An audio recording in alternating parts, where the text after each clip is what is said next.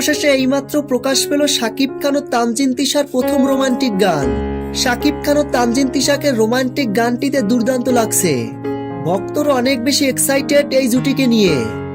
তো ভিউয়ার্স, শাকিব খান ও তানজিন তিশার রোমান্টিক গানটি কেমন লেগেছে আপনাদের কাছে?